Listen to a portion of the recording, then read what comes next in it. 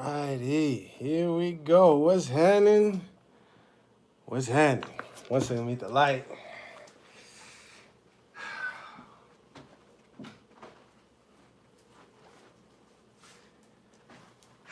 Peace, peace, peace, peace, peace.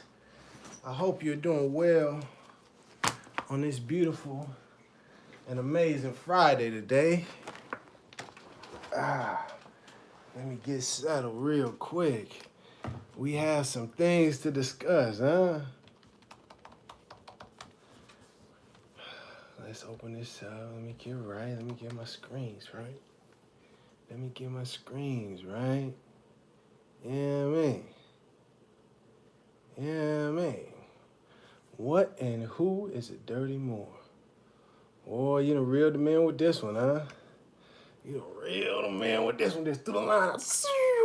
I knew I was going to get a couple people with that one. You know what I mean? That P. Diddy one. It's like, hold on, wait a minute. Sean P. Diddy, Puff Daddy Combs knows about Moors? Hold on, wait a second. I gotta see what Rami talking about.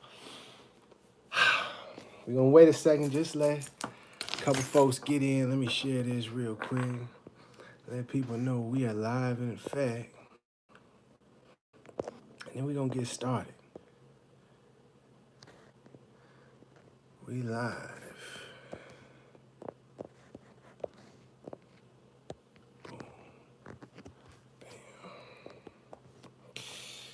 Boom. Got my situations together. Dictionary. I need a dictionary. I'm gonna just do it off the computer right now. Yeah, we just gonna rock off the computer today. What's happening? Oh, that was the last thing. Take this note real quick. Let me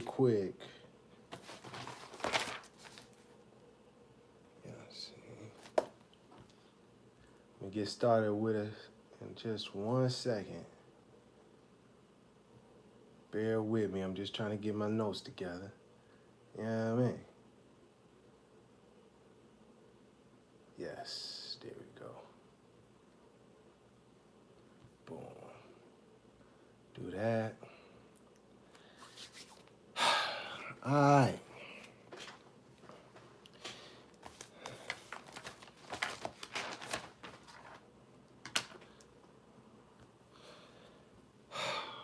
What's happening? How everybody doing? Hope you're doing all right. I'm Rami Salam El. It's a pleasure. Thank you for joining. Thank you for watching. We're here to talk about something real basic. We're going to keep it basic and simple. It's as simple as possible.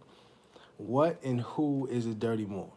Now, if you're new to this whole Moor stuff, you never really, heard about Moors, and you hear somebody saying, oh, that dirty Moor this and those dirty Moors that, it might be kind of confusing. And if you've been studying this for a while, you may have heard people referred to as dirty Moors, or you may have heard that being tossed around and never really knew quite what it meant. You got an idea, dirty is unclean, so you sort of like, but you don't really know.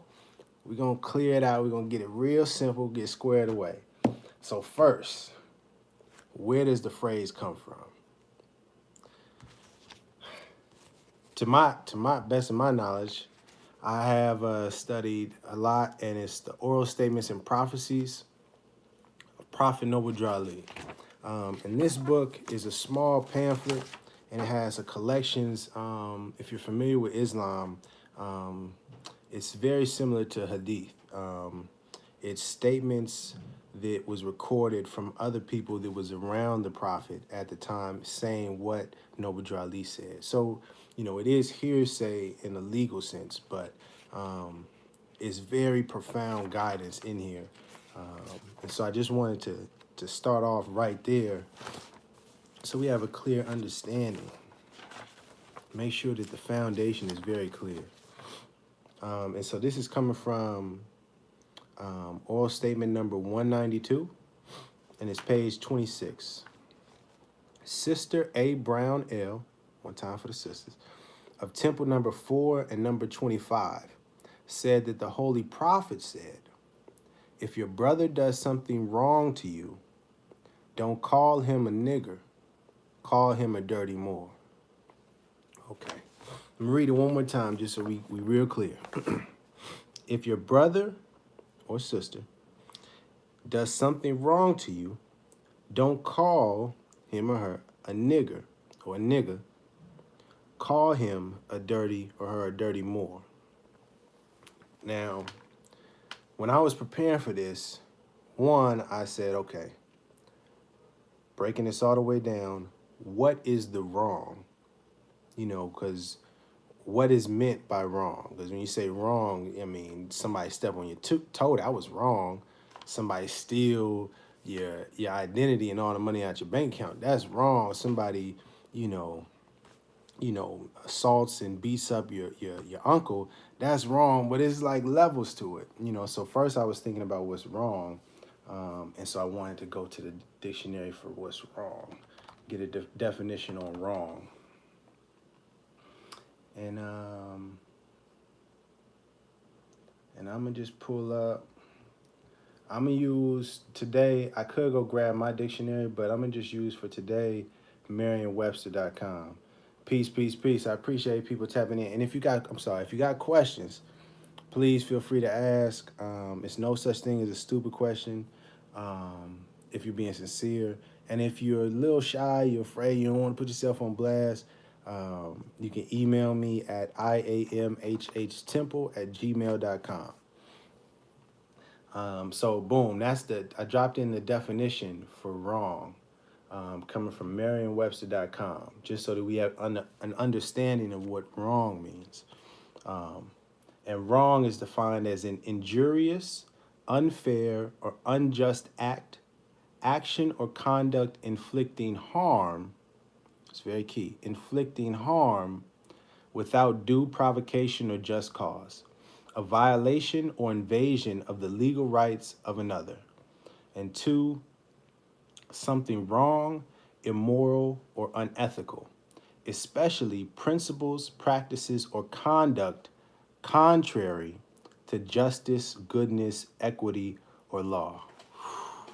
Okay, so a wrong is principles, practices, and conduct contrary to justice, goodness, equity, or law. Something wrong, immoral, unethical, inflicting conduct that inflicts harm without just cause or due provocation. And then on number 3, it also says the state of being mistaken or incorrect. And I just wanted to put that there because also sometimes I think we may, because of the language and the denotative and connotative meanings, you could get an answer, or you could have misquoted, a fact about history, and you were wrong about that, but that was a mistake, which is wrong. But a different wrong could be you knowing full well about history and you purposely lying and trying to mislead someone, for some selfish other mean. That's a wrong that I feel like we're really talking about. Not necessarily just a mistake, but one with the intention behind it of being unethical. You know what I mean, or unjust, or unmoral, or immoral. So I wanted to lay that out. And then I also wanted to look up the word dirty. I know it seems like, why are you looking up wrong and dirty? We know what it means. But sometimes we get a little bit ahead of ourselves and we don't really know what words mean. And when you take a double look, you double back on a word, you may see certain things in the definition that you wasn't even aware of. And so dirty, drop that in there too. Peace, peace, peace. Dirty, not clean or pure, likely to be foul or defiled with soiling substance such as mud, dust, or grime, contaminated with infecting organisms. Okay.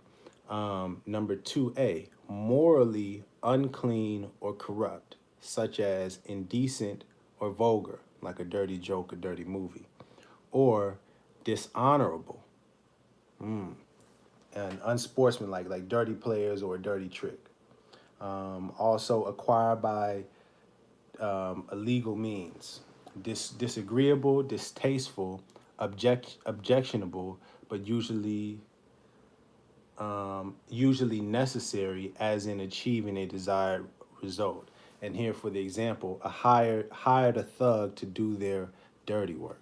And so even with the term dirty, we can see that it has different meanings and different ways to apply it. So, you know, you can be a dirty lawyer, you know what I mean? Or that was a dirty move they pulled in basketball, undercutting a man.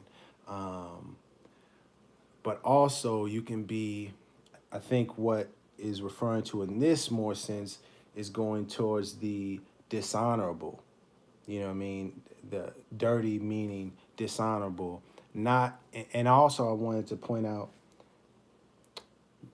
when you hear this reference to dirty Moors, it sometimes can be assumed that the people calling them dirty Moors, like, oh, if I'm saying these people are dirty Moors, it's assuming that I am pure or I am clean. Like, we are the clean Moors and those are the dirty Moors. We are the good Moors that you need to listen to. Those are the dirty, corrupt Moors over there, and all of them. You know what I mean? And I also wanted to take a moment and just get us to all realize that none of us are completely pure or without flaw, or at least to my knowledge, I haven't seen any human being walking that is completely just all the way 1000% righteous every single moment of the day. Every time I see them, they always on it. If you are that more, hey man, respect to you. But for everybody else, I just want us to also remember that when we are talking about other people and maybe pointing out some of the flaws in other people, to not believe or get it misconstrued to think that you were just somehow perfect or without flaw. Um, Boom. And then okay. So now we got the base understanding via the dictionary, the definition of dirty, the definition of wrong. Reviewing one time again where it came from. The term dirty more comes from the oral statements and prophecies. If a brother does something wrong to you, don't call him a nigger, call him a dirty more. For example, if you're doing business and they do really bad business. You know what I mean? If it's a good business, you can say, oh, I was shopping at, oh, those Moorish brothers, man, they did, oh, it's excellent work, man, and they hooked me up, and I spent like $300, man, it's good people, right? But then if, let's say, that same company or whatever does a wrong to you, you know what I mean? You send them the money, and they ghost you. You know what I mean? You order $500 worth of merchandise, T-shirts and mugs and everything, and they just disappear. Prophet Noble Dre Ali was saying, don't switch up a lane. Just, oh man, I was doing some business with them niggas over there, and they some dirty. You know what I mean? Don't do that. Instead, he's saying, call him a dirty Moor. Um, to not put that nigga on there. You know what I mean? So that's where this comes from, the dirty Moor. I wanted to get that on the table.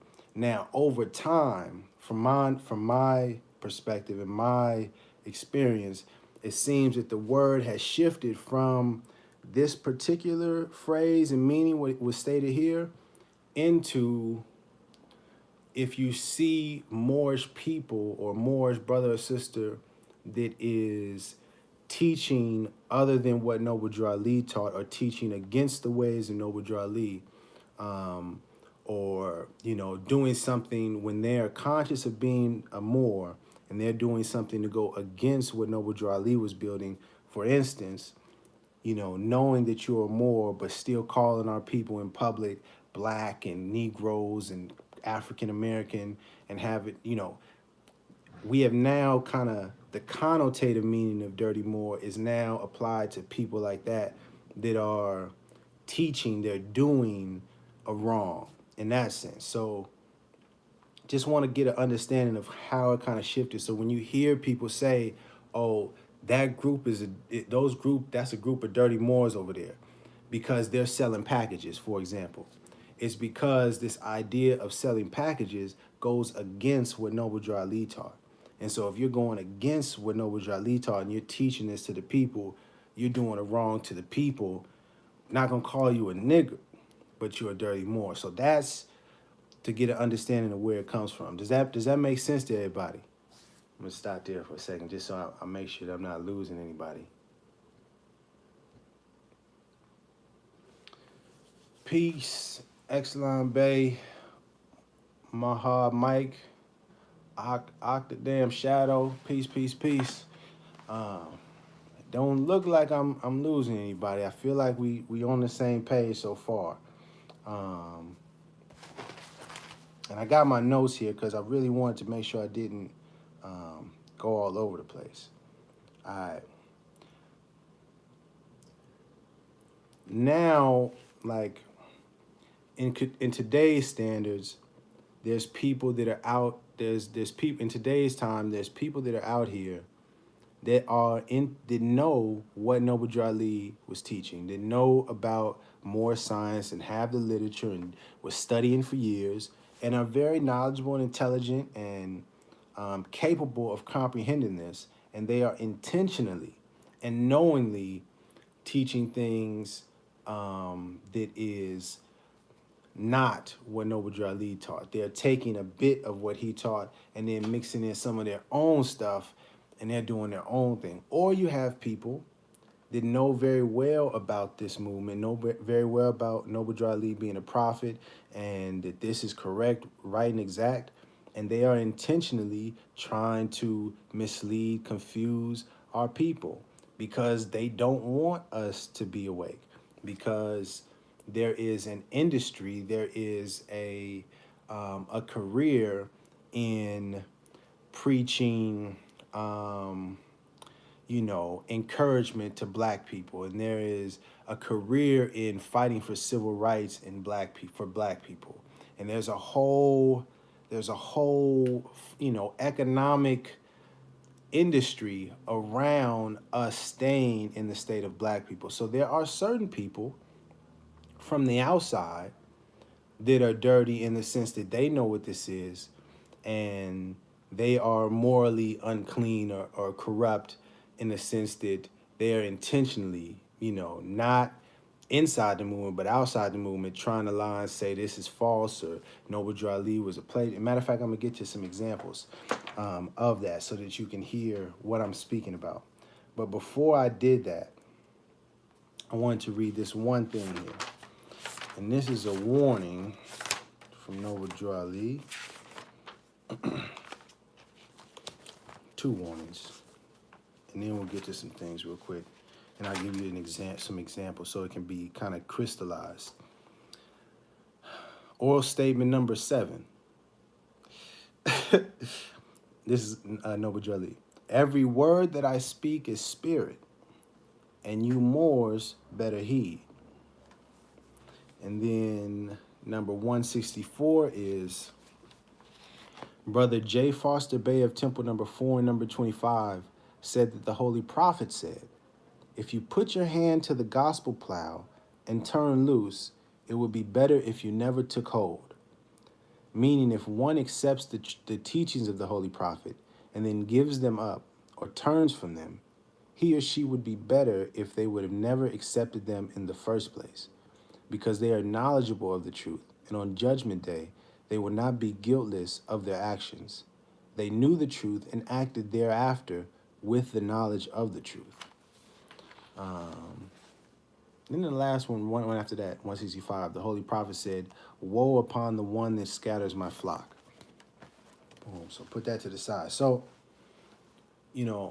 I wanted to put that out there before I get to the examples, because when I give these examples of dirty Moors, there's a level of somebody that's from the outside, don't call themselves Moors, don't agree or don't accept the fact that we're Moors. And so that from the outside, they are doing things that's unethical and unjust and trying to cause harm to our brothers and sisters. That's an example of a dirty Moor. There's another example of a dirty Moor, which is in the movement, and what they're teaching isn't as clear cut. It can be somewhat vague, or it can be it's not easily seen as, oh, they're teaching something that's a wrong or something that's going against the teachings of Noble Drew Ali. And so there's that example as well of dirty Moors, but that is more difficult to really understand. You really have to study this information in detail to really catch the nuances and the little subtleties that certain people will input or take out of certain teachings. And that's where the idea of truth mixed with falsehood comes in, if you've ever heard that phrase. And then there's a third, there's this third kind of group of dirty Moors, if you will, or, I'm trying to just kind of like give you a picture. But this third group, if you will, is Moors who are very knowledgeable, very well studied, and for whatever reason, they are consciously choosing to teach something different, and it's very clear that they are going against the teachings of Noble Drew Ali.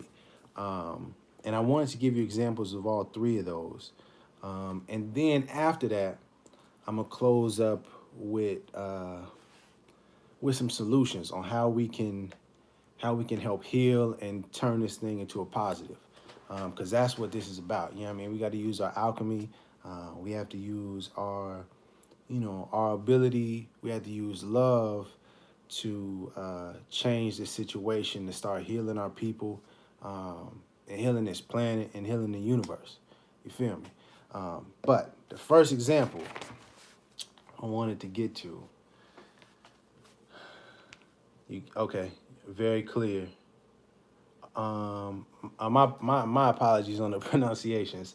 Shin Bei, one time for Shin Bei, and Mahawib. I hope that's how you say it. Mahawib. Mike. I'm gonna call you Mike. I'm gonna call you Mike. I'm joking, but much love.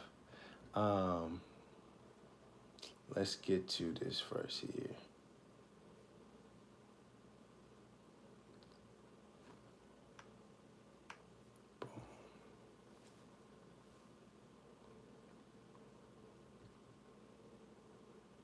Okay. So this first example is, what you would say is dirty Moors who don't accept necessarily that we're Moors, from the outside. They still believe or claim that we're black people or African Americans. So let's hear this example. Don't deal with the Moors, then deal with Noble Drew Ali. Deal with the fact that he's a plagiarist and that they broke the law, taken from other people's books that they did not get permission from. That right there shows a disingenuous organization. I'm done. And of course, if we go into the Quran Circle 7 that Noble Drew Ali brought, we'll find that 50% of it comes from the Aquarian Gospel. And the other 50% comes from a thing called Unto Thee I Grant. If you read this book, they break it down on page 67 by Scott Joseph Farthing, A Rhetorical History of Malcolm X. The reason I got an issue with this is because we cannot liberate black people with white psychology. There was a white reverend that came up with that information. But Islam is doing so good for the black community. Go to the next slide. This is him. This is who he stole from. Levi Gowland. This is who he stole from. All right? Levi Gowland claimed that he had the lost 18 years of Jesus' history. All right? Look. The genealogy of Jesus for 18 years of the events, life, and works and teachings in India. So Gowland said he had the secret history, 18 years lost. Then Drew Ali said he had, because he copied his ass. I put the shit side by side. So the key is Noble Drew Ali is a master plagiarist. That's not slander. That's fact. Because you done pinpointed the original book. Now, how I got there, you say, well, he prepared it. Well, he prepared it without the permission of the original authors. I don't give a fuck what he did. If you take my shit, I don't give a fuck. They put it, you cannot use it in no books, no this. They put the whole shit up there. So y'all keep talking law, and y'all see that's a flagrant disrespect of law. Copyrights is there for a reason. And so y'all, that's plagiarism, nigga. And that right there kills it. You're dishonest. You're dishonest. You stealing other people's shit, preparing it, and having people believing that you was the author. And if I had not went behind and showed the people the original books, that's what they would have believed. And y'all got away with that. But then when we put that shit up in your face, you want to say he prepared it. That's bullshit. You busted, nigga. You busted. He's a plagiarist. I'm done. Oh, peace to those brothers, misguided and as misinformed as they are. I don't even want to get into refuting what they were saying, but those are just examples of brothers, Moors, who are from the outside. They don't call themselves Moors or, haven't accepted the fact that we're Moors, but from the outside, they're still doing it wrong by lying and misleading the people to try to claim that Noble Drew Ali was a plagiarist and that he was stealing from a white man at that. So that's one example of dirty Moors. You know what I mean? Because that was the people that were speaking were claimed to be black scholars and very well studied. So they don't have a lack of ability to comprehend this information.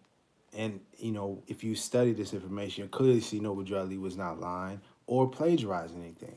So they are intentionally trying to mislead people, trying to slander. He was, projecting, calling Noble Drew Ali and saying it was slander, but really he was the one that was slandering. So that's one example. The one that's a bit more difficult to try to understand and really grasp is when they mix the truth and falsehood, where they will say, we're our own nation, right? Yes, we are Moorish Americans, right? Okay, well then why are we paying taxes to another nation and we don't need to pay, and you can discharge your debt? Yes, we are a nation, and yes, according to certain laws, there is grounds to try to make this claim of not paying certain taxes. But it's actually much more complicated and complex than what they are trying to give off. What these kinds of Moors are doing is taking some of the truth about what Noble Drew Ali said and then mixing it with their own opinions and beliefs to try to create their own thing. And that is a little bit more difficult or challenging to show and prove very clearly. You know what I mean? I'll give you an example. You may hear someone say, you know, Moors need to have, Moors saying they have a nation. Well, how come they don't have an army? Because every nation has an army, right? So Moors should have an army. Because if you say you're a nation, every nation has an army. So why don't we have an army? And, you know, on that certain logic, it's not easy to say, well, here you go. Noble Drew Ali says we're not supposed to have an army. It's nothing clear where you can just clearly make the distinction. And these kinds of situations is complicated, and I urge people to study what Noble Drew Ali said. Overall, always study what Noble Drew Ali said first, and then use that as the criteria or the measuring stick of what any other Moor or Moorish American is saying or trying to teach you. But for one example, in this book right here, in the first little cover thing, it has a quote, and it says, "The greatest weapon in the hands of our group today in America is our press. The truth will never be told about a disadvantaged minority by the general press of any country, whether that minority be racial, political, whether that minority be racial, political, or religious. Unless we express ourselves through papers of our own, the truth about us will not be told. Our papers are our only hope of shoveling ourselves out from under the avalanche of lies that are annually let loose upon us. a strong free press is the best possible safeguard. The best possible safeguard of the liberties in general, freedom, liberty, freedom, one of the principles, the liberties in general, promotion, and defense, because we're always, when you hear people speaking about needing an army or needing some sort of military, it is to protect the nation, to defend ourselves. Where here it says, a strong free press is the best possible safeguard of the liberties in general, promotion and defense of the interests of a strong free people. And that's from Noble Drew Ali. There's other things that I could quote about him saying, from the Quran that makes it clear that we're not supposed to be harming another living thing. But I'm just highlighting that to say that's why you have to study what Noble Drew Ali said and then use the teachings in his statements and his guidance as we proceed and we move forward, and judging other people, even myself. When you're watching my videos, use what Noble Drew Ali said and say, Rami, you going against Noble Drew Ali didn't say that. Noble Drew Ali said we need to be about love, Rami, and you kind of hating right now, Rami. You know what I mean? And in the third clip I wanted to play, or the third example. Grand Sheik killed no. Here we go, right here. This one is really important. And with this one, I'm gonna pivot towards some solutions and how we can move forward as better Moorish Americans, as Moors that are doing better to stand on our principles.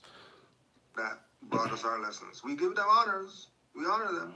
But they never brought us our letters. Noble Drew Ali brought us our lessons. So if you think we're going to turn away from the lessons our prophet brought us for your Muslim social conditioning, brainwash stuff, that's not happening. That might only happen with the Moors who are dirty. But that's not happening with Moors who study. It's just that simple. Shalom. Shalom. Yeah, I don't even care about all that because Moors, I'm talking about as far as, Moors disagree as far as religion all the time. I'm cool with that. I know what the Moors, what they into and as a whole. I've been in information for like 3 years now, right? So my thing is all the insult. Why you gotta call me a dumbass? That's fighting words. How I was raised, men don't disrespect men. You don't be like, oh, dumbass. I never once came at you like that. Not one time.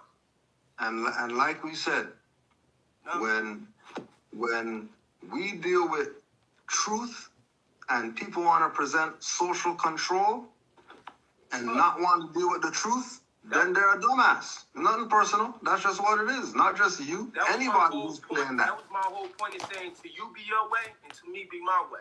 We supposed to be with principles and nationality. I understand. I don't care. You believe what you want to believe. But I don't believe though. I don't believe. I know what you mean. But whatever you want to follow and you feel like that's your truth, that's good with you. But you don't gotta insult me. Don't insult me if I ain't insult you. No, it has nothing to do with what you did to me or not. That's where. It's called respect. No, how am I gonna respect you if you're under social control? What am I respecting? Look, and that just tells me a lot. What am I respecting? Right there. But what am I respecting? You're under social control. Say that again? Sheik, though. Come on, man. Say that again? I said, but you're a Grand Sheik. Tighten up, man. What do you mean I'm a Grand Sheik? You know Grand Sheik killed Noble Drew Ali? All right.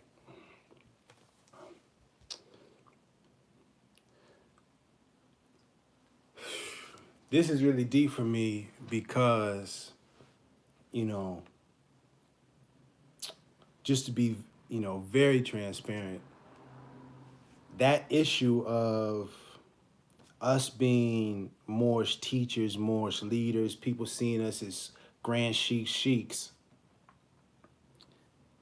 I understand that from this position, we have to be responsible and considerate of how we're speaking to the people. And not everybody is at where you're at in terms of understanding. And you have to be careful not to sound like you're looking down on people or belittling or demeaning someone because they don't know what you know, or they're not aware of what you are currently aware of. And it's a beautiful quote. It's basically like, don't forget that you were once, in that same state. Um, but specifically with the brother, the Grand Sheik, I was working with him and I spoke to him specifically about the language that we use when we're teaching and how, I was asking him, this is several years ago, to be more mindful and to be a little bit more loving in the approach or a little bit more kinder with the language. Because to someone who doesn't know anything about Noble Drew Ali and none of this, if you come at them so aggressively and so rudely and, oh, you're a dumbass if you don't know this, it's very difficult for people to be receptive to what we're saying. Taking away from this example, I speak on myself. This is years ago. I used to have a group chat with my friends and we'd be discussing some of this information. And back then I was so, this is what it is. It's clear. I'm not listening to what you're saying. All the time I'm regularly, nah, you're wrong. You're wrong. That's ignorant. You sound ignorant. This is the energy that I was given because I was frustrated that I had just found this out and we had been played, and I wasn't trying to go for no black. I'm not trying to hit none of that, and I wasn't being kind or loving about correcting people at all.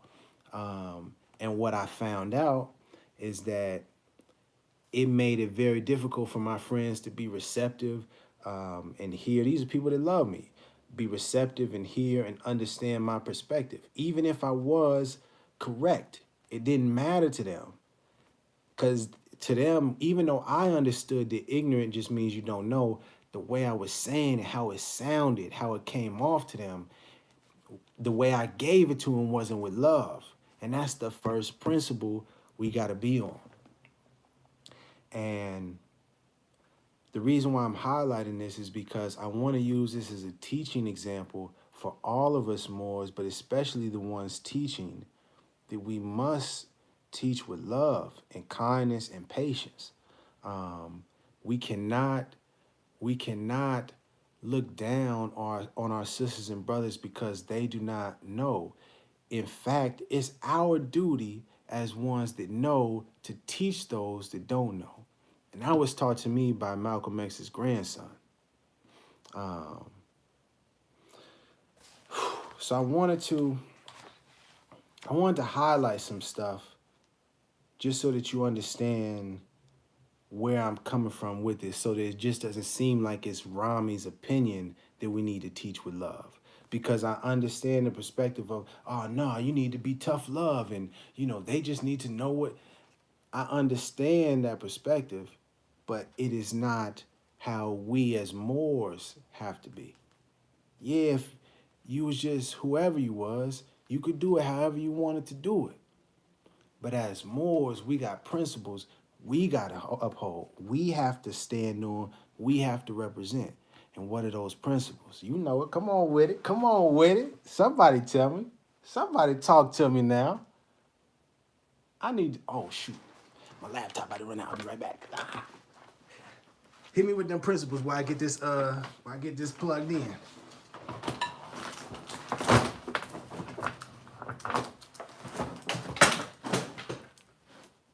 One second.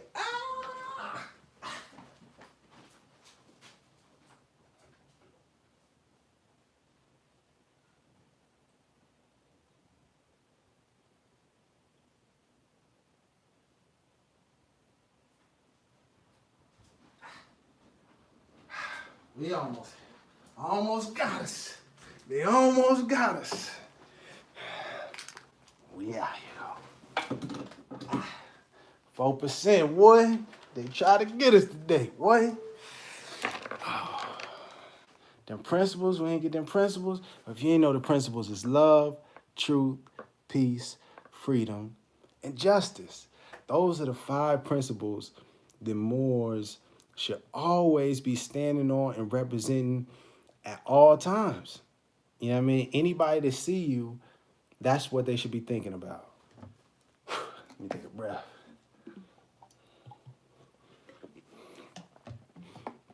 All right, so beyond just, because I've been doing some talking, but let me make it crystal clear what Noble Drew Ali said. You know what I mean? Some things that Noble Drew Ali said on how we need to be.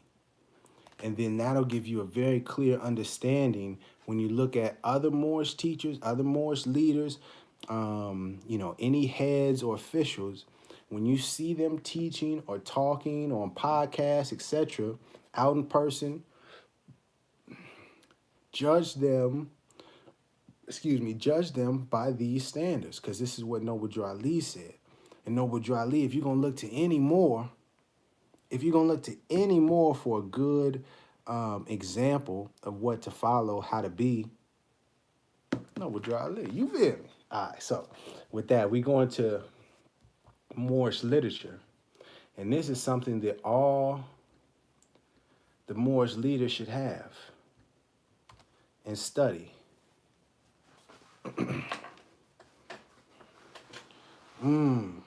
Before I get into that, my goodness.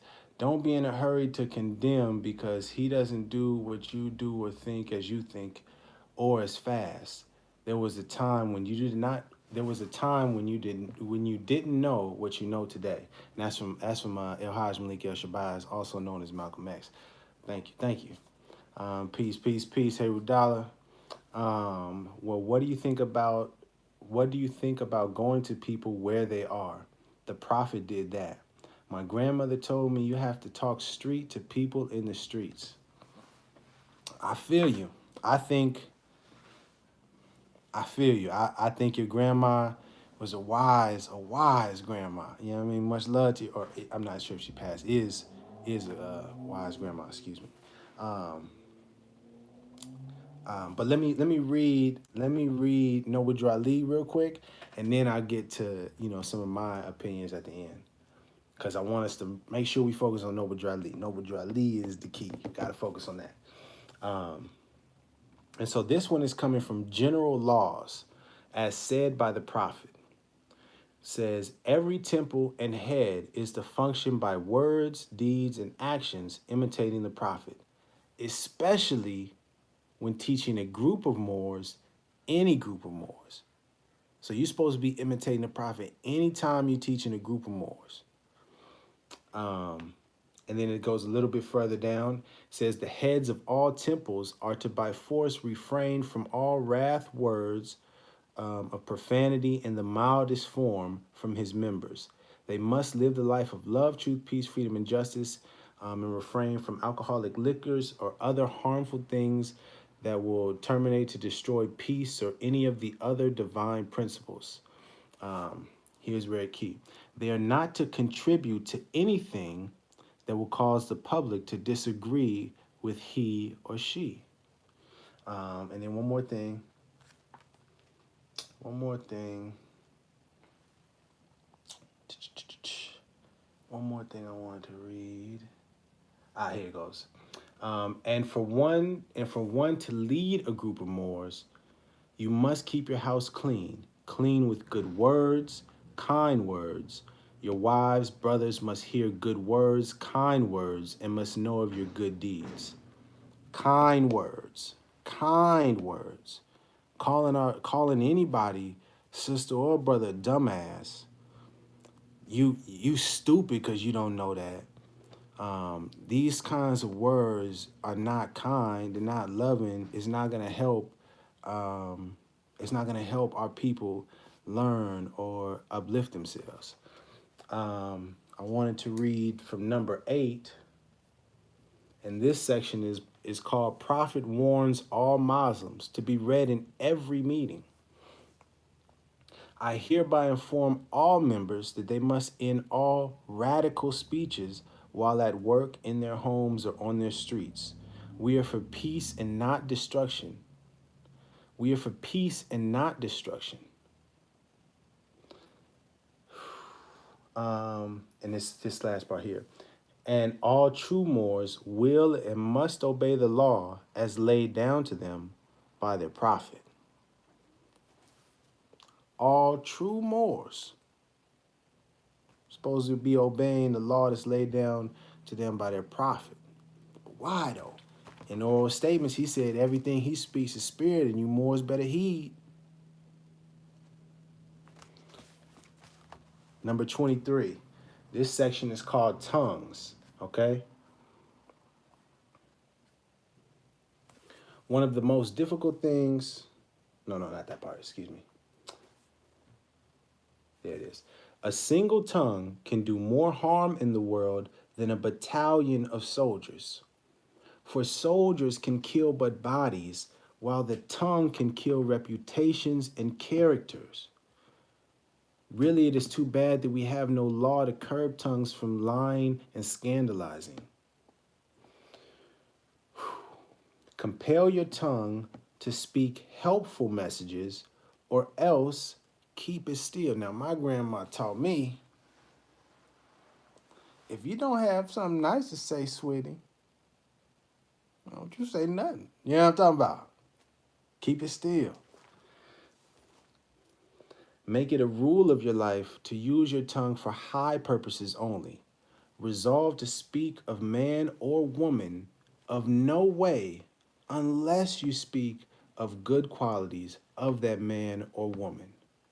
No one ever gained happiness out of injuring the feelings or character of someone else, and no one ever failed to get happiness by speaking well of other people. And then let me close it up. Going back to the top. Section number 1 says the prophet is spoken. Says all governors and grand sheiks and head officials that guide any body of Moors of any temple of the Moor Science Temple of Mary. So that covers everybody. Ain't nobody exempt from this. He or she must be of good moral standard and a heart of love, and their works must be of love, truth, peace, freedom, and justice. They are to imitate the prophet in speech and teaching in any said temple.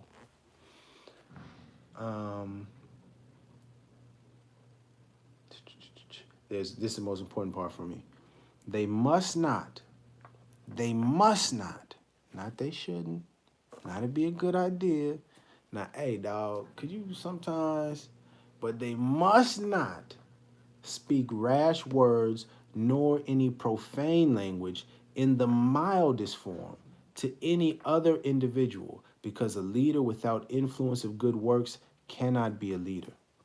And to be a real Moorish leader, you must study the Quran and the divine constitution that is handed down unto you by I, the prophet. And if that wasn't clear enough, if you wasn't, well, I'm not, what is that really saying? Let's look up what rash means. This is very key. Very key, man. Rash. Not the rash on your body, but adjective. Rash. Marked by or proceeding from undue haste or lack of deliberation or caution.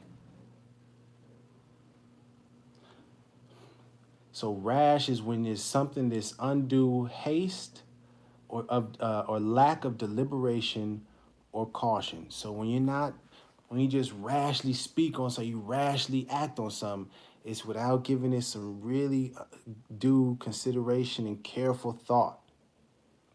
And that's what we have to do. We have to be very careful and thoughtful with the words we use, because the tongue can do more damage than a battalion of soldiers.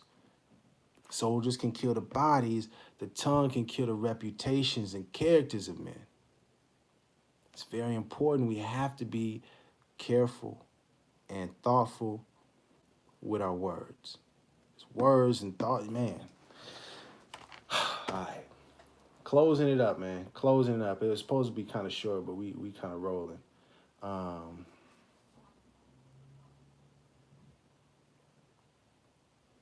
Yeah.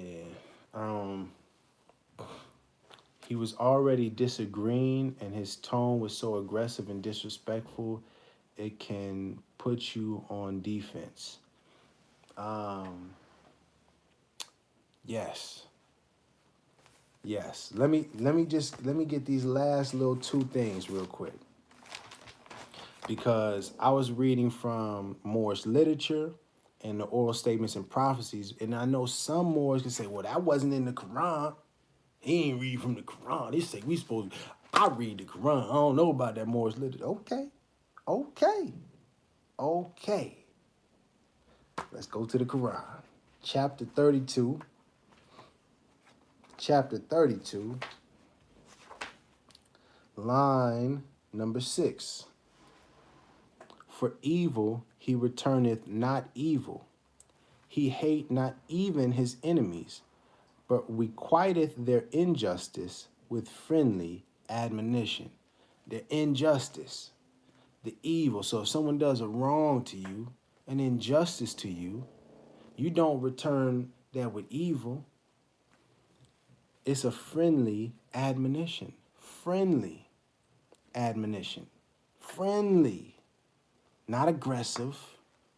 Not trying to destroy and demean and belittle. I'm not gonna call my friend a dumbass. That's not kind. That's not loving. That's not my partner. Why would I call my partner a dumbass? That's not nice, man. Especially if he's sincerely trying to learn or she is trying to learn. That's not helpful in the long run if you think about it. That doesn't bring nobody happiness. But we're not done. Chapter 8. Chapter 8, line number 12. And you must bear in mind that when man harms, wrong is a harm is a wrong. When man harms in thought or word or deed another man, he does a wrong to Allah. So in our Quran, it's saying that when you harm somebody in thought, word, or deed, you do a wrong to Allah. Noble Drew Ali said if a brother does a wrong to you, call him a dirty Moor. And in our Quran, it's teaching us even further that beyond just doing a wrong to that person, I mean, if that person is doing it wrong, they doing it wrong to Allah. Calling them, a nigger because they don't understand or they're refusing to accept and know that we're Moors, calling them, oh, well, then y'all some niggers then. That's doing a harm to them and it's doing a wrong to Allah. So now you a dirty Moor and you doing a wrong to Allah. Got to think about these things.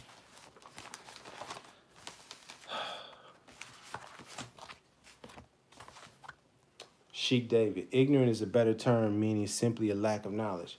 Yes, and on that point, David, instead of me calling people ignorant or saying, man, that was ignorant, I do my best now to say, I feel like, or it seems, or you are incorrect with your assessment. I think you have some incorrect information. I think you are mistaken, or I think what you said was inaccurate.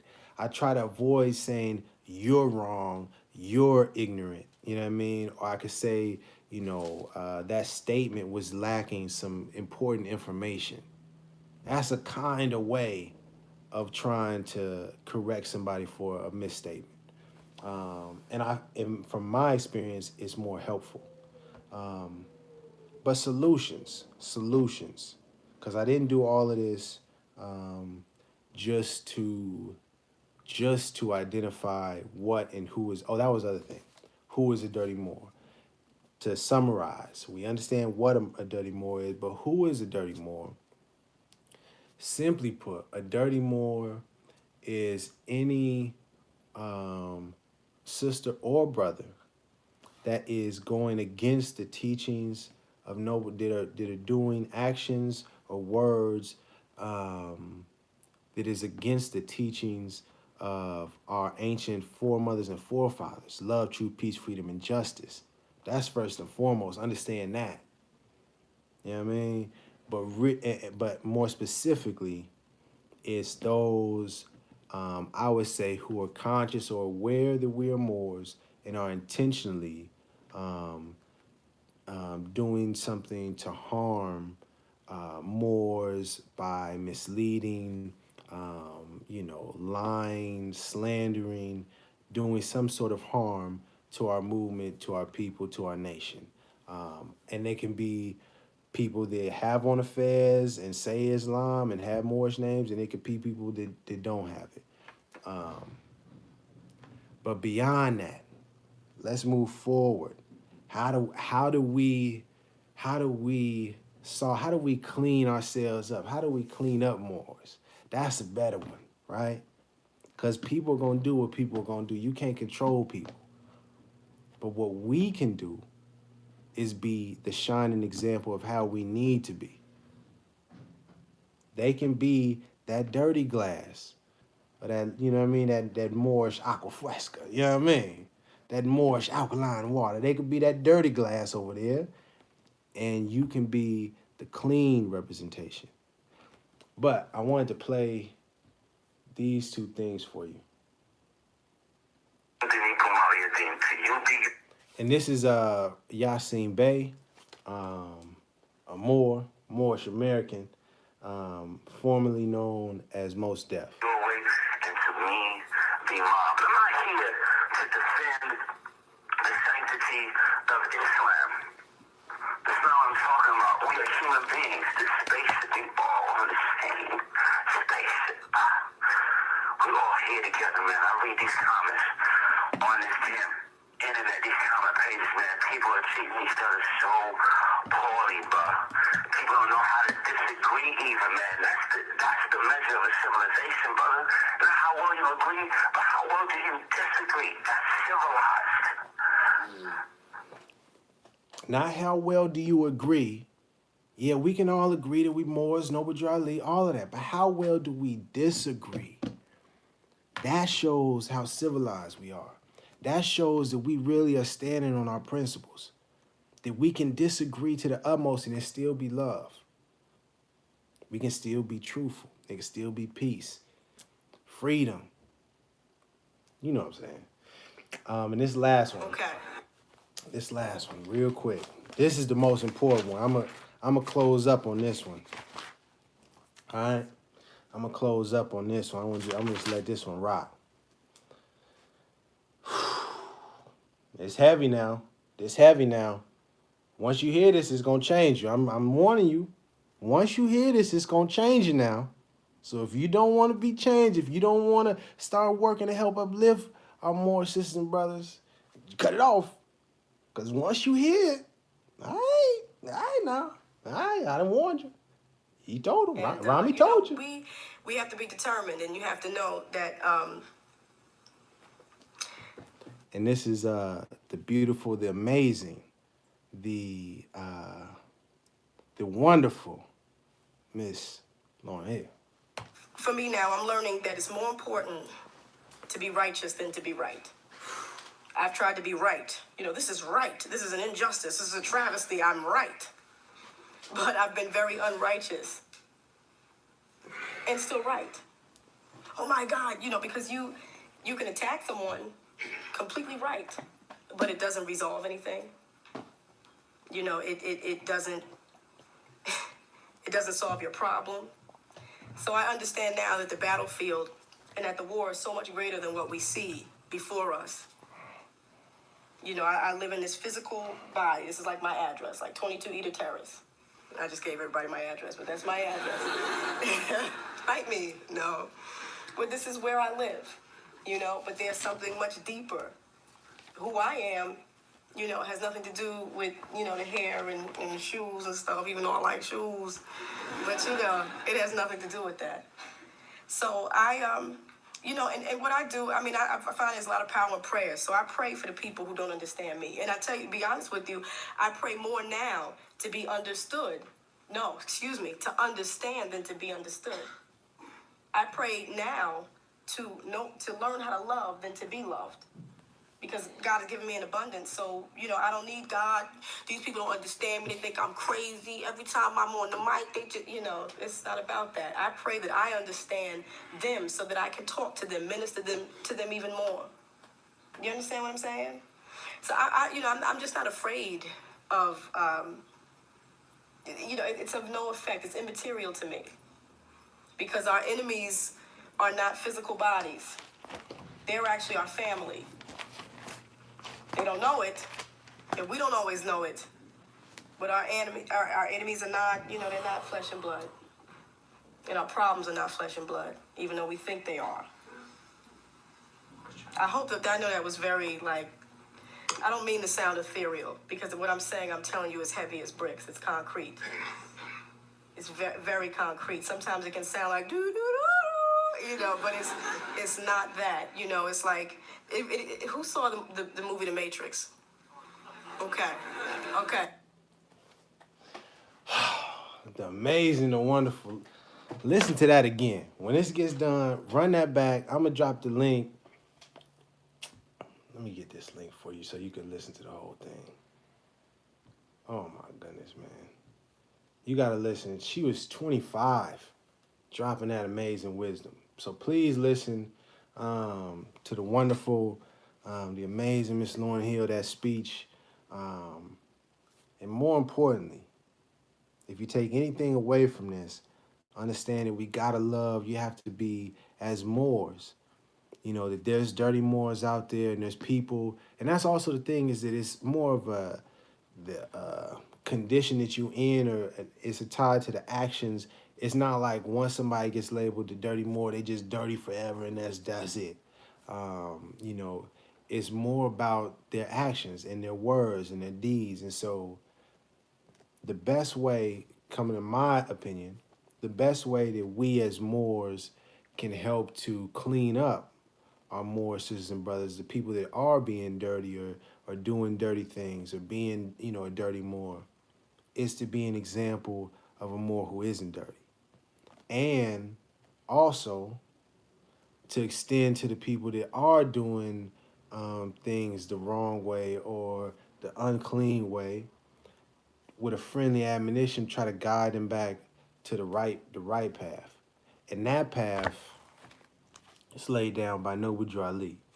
Not by what Rami thinks, Rami's feelings and beliefs, but what a universal prophet who came for all of humanity, but specifically for so-called black people, because we needed him the most. He laid down a pathway and a plan and guidance for how we need to be.